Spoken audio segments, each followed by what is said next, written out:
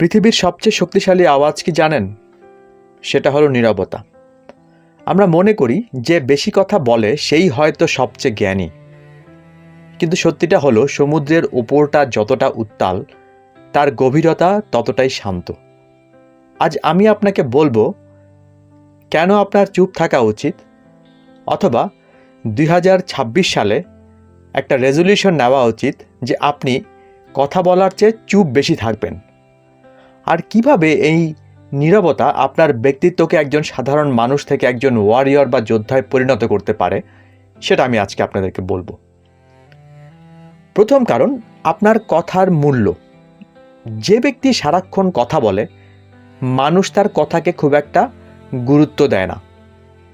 কিন্তু যে ব্যক্তি খুব কম কথা বলে এবং ভেবেচিন্তে কথা বলে, সে যখন মুখ খোলে তখন আশেপাশের সবাই চুপ হয়ে যায় এবং তার কথা শোনে।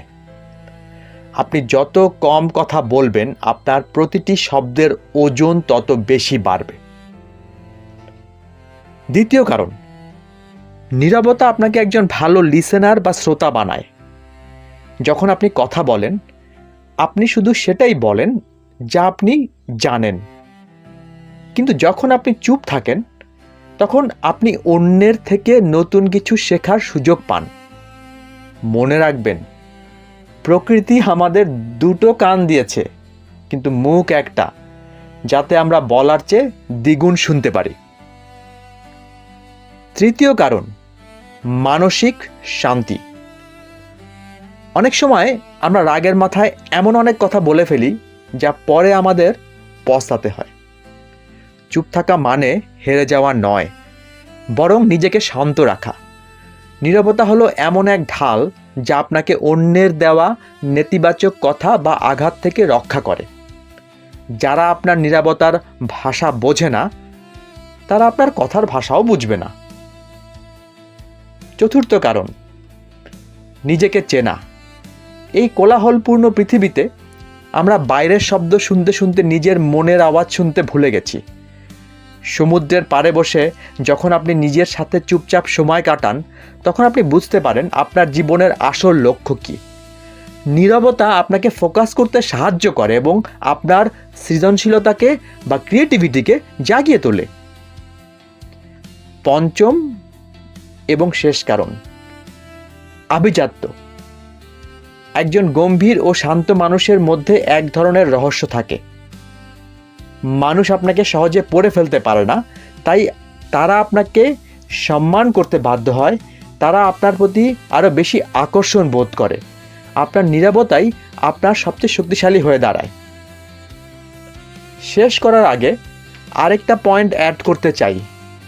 যদিও এটা কথা বলার সাথে যুক্ত না, কিন্তু এটা যুক্ত হচ্ছে আপনার আঙুল ব্যবহার করার সাথে। হ্যাঁ, আপনি ঠিকই ধরেছেন, আমি সোশ্যাল মিডিয়ায় আপনার কমেন্ট লেখার কথা বলতে যাচ্ছিলাম।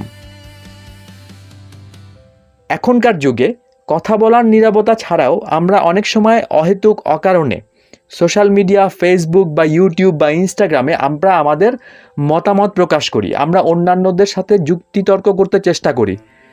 আসলে যার সাথে তর্ক করছি তাকে আমরা হয়তো চিনি না, কিন্তু তাও আমরা আমাদের মানসিক অশান্তি নিজেরাই ক্রিয়েট করি এই ধরনের কমেন্ট বা তর্কে ইনভলভড হয়ে। সো আমি আপনাদেরকে বলবো, নীরবতা প্র্যাকটিস করার সাথে সাথে এই যে আপনি কমেন্ট লিখছেন, তর্ক করছেন অনলাইনে, সোশ্যাল মিডিয়ায়, এগুলো পুরোপুরি বন্ধ করে দিন। বরং এই সময়টা কোনো কিছু পড়াশোনা করে কাটান, যেন আপনার জ্ঞান এবং স্কিল আরও বৃদ্ধি পায়। ভিডিওটি শেষ করার আগে মহাত্মা জালালউদ্দিন রুমির একটি বিখ্যাত উক্তি মনে করিয়ে দিতে চাই। তিনি বলেছিলেন, silence is the language of god, all else is poor translation. অর্থাৎ নীরবতা হলো স্রষ্টার ভাষা, আর বাকি সব কিছুই এক দুর্বল অনুবাদ মাত্র। তাই আপনি যখন চুপ থাকেন, তখন আপনি আসলে প্রকৃতির এবং নিজের আত্মার সবচেয়ে কাছাকাছি থাকেন। নীরবতাকে ভয় পাবেন না এবং একে অপ্রয়োজনীয় মনে করবেন না, বরং একে আলিঙ্গন করতে শিখুন। আপনাকে অনেক ধন্যবাদ শেষ পর্যন্ত সাথে থাকার জন্য।